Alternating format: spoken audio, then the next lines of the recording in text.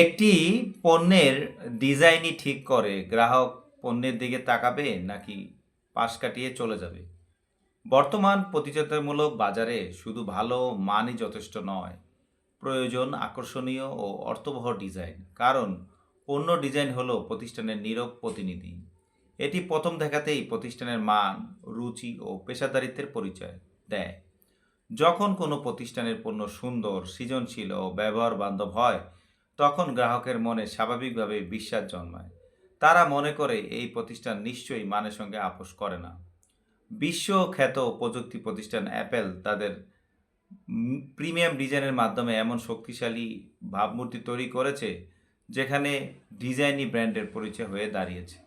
ভালো পণ্য ডিজাইন প্রতিযোগীদের থেকে আলাদা পরিচিতি গড়ে তোলে, বাজারে দৃঢ় অবস্থান নিশ্চিত করে এবং গ্রাহকের মনে দীর্ঘস্থায়ী প্রভাব ফেলে।